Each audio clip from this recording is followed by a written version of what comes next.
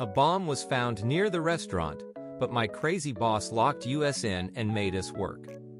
The bomb story. So it was the first Friday in May of 2018. We have here in England a bank holiday called May Day Monday. I have no clue on the origins of it, but the first Monday of May. We always have a bank holiday. Aria had to get in early due to the fact that another new manager decided to quit after letting in the morning staff. Aria messaged me to let me know, but said I should rest up for once as I had already done 65 hours that week. So I got in at 3 p.m. instead of 9 a.m. I get in with Aria doing her normal handoff to Paco, and I was going through with the staff all the basics like what's been going on. Is there anything I need to know about nuisance patrons, stuff like that? Anyways, Aria bids me goodbye at 4 p.m. as usual, so she can go home after the handover, and Paco got a phone call on his mobile minutes after she was out the door. 2 minutes after that he comes to me. Paco, look, sorry to do this to you, my friend, but I just got a call that I got the job. Me. Not to worry, we can finish up the shift and celebrate after. Paco, about that. I'm heading off now to celebrate with my girlfriend. Me. Are you kidding me, dude? You know that means I've got to do all the paperwork. Paco, you're good at it anyways. Also, it'll be my only chance before I start my new job tomorrow morning. Me. Are you sure you can't stay? Paco, you've got this? Take care, my friend. And before I could reply, he was gone like the wind. Well, shit now. I had to figure out the shift from there whilst trying to figure out how to tell Karen that one of the more competent members of the management team she had promoted just got a new job because he got the promotion. I thought about calling Annie, but asking her to essentially come in to work for free for 7 hours after she'd already gotten in early and stayed until 4 was kind of a dick move. So I just called Kevin to inform him of the information, because he was fresh off suspension. I'm sure that he needed some good news. Kevin, hello? Me, it's me, Lucky. Paco just quit for a better job. Have you got another manager to cover for the night shift? Kevin, no clue. Let me check with Karen and I'll get back to you. Me, fine, just make it quick. 20 minutes later, the office phone is ringing, and I pick up to Karen. Karen, I'm coming over now and you better have a good explanation as to why one of the managers who you recommended be in your store just quit. Me, sure, how long are you going to be? Karen, 15 minutes. I'm leaving the Fareham store now. And with that she hung up. So she was on her way. Bear in mind that until this point she had never met me in person, only over the phone, as Kevin was the only one I'd met. Suffice to say, she had made a point to avoid me until now the best she could. I guess Kevin chickened out with dealing with me on this one. 20 minutes pass and she's just getting into the store. She makes a beeline for me and stops not 2 feet from me before poking my shoulder. Karen, hey, why the hell did he quit? What did you do? I stop what I am doing and turn to face a woman who's barely 5'3", probably in her late 40s, and with a resting bitch face that could stop Rambo in his tracks.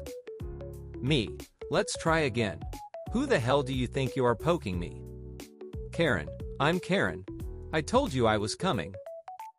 Me, Jesus Christ, they all said you were a pain in the ass, but seriously. What kind of person does that? Karen, the kind who's annoyed. Why did Paco quit? Me, he said he got a better offer. You know, one with a less shitty contract. Karen, I happen to think that we have a great contract for our managers. Me, I've seen them. They're not. Is that seriously all you wanted to know? Where's a replacement manager, or are you doing that tonight? Karen, I'm going to stick around for a bit and see what the hell is going on around here. Me, well, in that case, put on your hat, badge, apron, and tie your hair to the appropriate ponytail. Karen, you do not give me orders. You are my subordinate. Me, and you are in a place where I am in charge of the health and safety of both customer and staff, which means your royal goddamn highness, you have to abide by all health and safety policy. And get proper footwear on for the kitchen if you're going to be in it too. Can't we walking around here in 2-inch heels? Until you are properly uniformed, hands washed and gloved up, you have no business being anywhere but the office." A look of shock and rage swept her face before she snarled, pivoted, and left. 5 minutes later, coming back in uniform, including the shoes. "Karen, where were we?"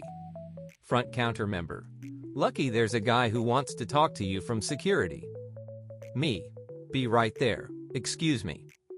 So I go to the front counter and there's a security guard in the shopping center, younger and a little chubby, but all around not a bad guy.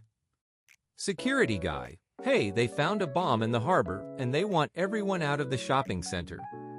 Me. "Wait, seriously?" Security guy. "In the water. But they don't take chances. Mandatory evacuation from the harbor line, you know that." Me. "All right, I'll take care of it. Can you let the customers in here know to leave immediately?" Security guy. "Sure thing." With that, the security guy turns and starts informing customers, whilst I inform the team in my own way. Me. "All right, team, hustle up, stop what you're doing. We are immediately closing down now.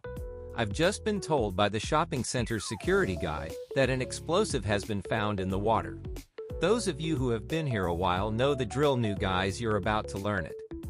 We are to clean up immediately, shut everything down and leave it in good condition for the morning staff. The hood cleaning will not be done tonight for obvious reasons. I want 2 people from kitchen in the dining area with Nate to get it done quickly. I want all front counter teams to cash up their tills with me and clean up the counter. Come one at a time." Karen, speaking loudly. "Hold on, what are you talking about? We can't close down." Me. "We can and we will. It is a live explosive on a seabed filled with potentially dozens of them. We have instructions from law enforcement to clear out ASAP. We will follow them." Karen. "This is a private establishment. We do not need to cooperate unless compelled by a court order or head office." Me. "Are you saying that you are willing to sit here potentially less than 30 feet from a live explosive that has a blast radius of at least 50? Karen. "Well, I'm obviously not. But it will be your jobs to stay here nevertheless." Me. "Okay, she's an idiot, ignore her." With that, the team got to work as I started doing office, close down proceedings. Cersei decided to come into the office to poke more. Me. "Shouldn't you be running for the hills by now?" Karen. "I meant what I said. This place is to stay open." Me. "And I meant what I said when I told them to ignore you." Karen. "You only have the authority that I permit you to have, and you know it." Me. "And when you are willingly attempting to endanger lives, I'm going to go over your head and call Dave. I'm sure he would love to know what you're doing." Karen. "You'll never get through to him. He won't pick up for you." Me. "That's what lying is for." I'm going to say that it's Kevin. Karen. "After all that crap on honesty, you're going to lie to get a phone call." Me. "Morality is flexible to me when lives are endangered by a reckless idiot. Now get out of my office and stay out." And again she storms out, but not before locking the kitchen door entirely and blocking all staff a suitable exit. Whilst she's doing that, I'm getting through to King Robert. Dave. "Who is this, because I know it's not Kevin?" Me. "It's Lucky. We have a situation. We've been asked by law enforcement to evacuate the site, and Karen is trying to get us to stay open and blocking staff from exiting." Dave. "Tell me you're joking." Me. "Honestly, I wish I was, but you can't make this craziness up. She won't do anything without a direct communication from head office." Dave. "Oh, for God's sake, has she had a stroke or something?" Me. "If she has, no one here will help her now. She just announced to all of us that we are to stay and she is to flee." Dave just sighed loudly down the phone before hanging up. I carried on, and then I saw a security guy by the front counter again. I approached him and he had a police officer there with him. Police officer. "This gentleman here says that your boss is refusing to shut the restaurant down." Me. "Yeah, she's the crazy lady blocking the staff from leaving. Hop the counter, officer, and feel free to arrest her. Preferably with a taser. Police officer, don't tempt me. So the police officer hops the counter and goes through the kitchen right up to Karen. As he does, some of the staff who couldn't give enough of a crap started hopping the same counter to get to their lockers. Me. Officer, this is our esteemed leader Karen, who seems to think that we should be sacrificed if there's a whoops moment today, but she should maybe get out of here.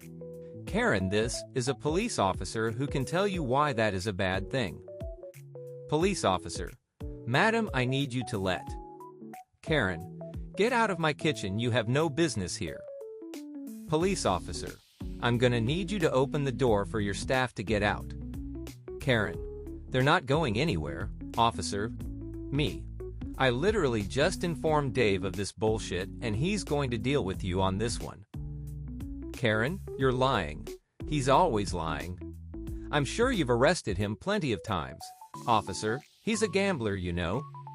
Police officer, gambling is not a crime, madam. However, reckless endangerment is. So let your staff out. Karen, why should I? Her phone started ringing. She picks up and it's Dave. The reason I know this is because I'd been slyly texting Annie this madness, and she in turn had called Dave herself after me. Also, the amount of rage in his voice was inconceivable, I thought. This was a man so bureaucratic that if you were to pick a color that represents him, it would be plain white. His idea of excitement was probably driving a single mile an hour over the speed limit on the way home, and now he was about to go off. Dave, pissed off and yelling, have you had a stroke or something? Let the staff out and get out of there. You're suspended for 2 months, no pay. And if you offer anything other than full accountability for your bullshit today, then I will fire you. Just because I gave you some power, you don't have a reason to do what you have done these last 4 months. I am not dealing with a union drive-in stores because you were willing to let them get blown up. We're not in America where rules can be fast and loose, so stop LARPing like we are and do as you are told. And before she could say a word, he hung up. Yep, this man of constant calm literally just called to yell at her so loud that it could be heard over a kitchen that was in the midst of closing down, regular madness and about 5 foot of air. Suffice to say, she looked at me with a scowl before unlocking the door. The police officer marched her outside, and later on it was decided by someone that she could be let go with a warning from the shopping center that she was banned for the next 3 months. Yep, she got a temporary ban in a shopping center that she had a restaurant to run in. We cleared up pretty quick afterwards, and once we did clear up, it was a matter of scattering. Aftermath. True to his word, Dave did suspend Karen and used the time to hire additional staff. Karen received a written warning as well alongside being made to go through empathy courses and management courses along with workplace health and safety courses. The police, I think, pressed a minor charge as a warning, and instead of jail, she pleaded out fast and argued that the stress of the job made her do it, earning her 90 days community service. Did Karen become more humble after? Nope. Pretty sure she just became more bitter. Did she ever get fired in the time she was working with me? Nope, still there now. Is this the worst thing she ever did to staff? Not even close. But it was the closest she ever got to being fired for sure, based on the fact it was what they could prove. Did I ever get a promotion? Nope. But I was fine handing the reins of the place over to competent management nevertheless. Less paperwork. Moral of the story. If you have a company hack that will try and endanger your safety or your life whilst fleeing, go over their head and get out of the situation. It doesn't matter who you are if your employer tells you that your life is to be sacrificed so they can flee and you don't work for the military or intelligence services. Then tell them to pounce sand because you are not disposable even if they should be. Thanks for watching. If you liked what you saw, make sure to give a thumbs up, subscribe, and ring the bell for more videos. See you soon again.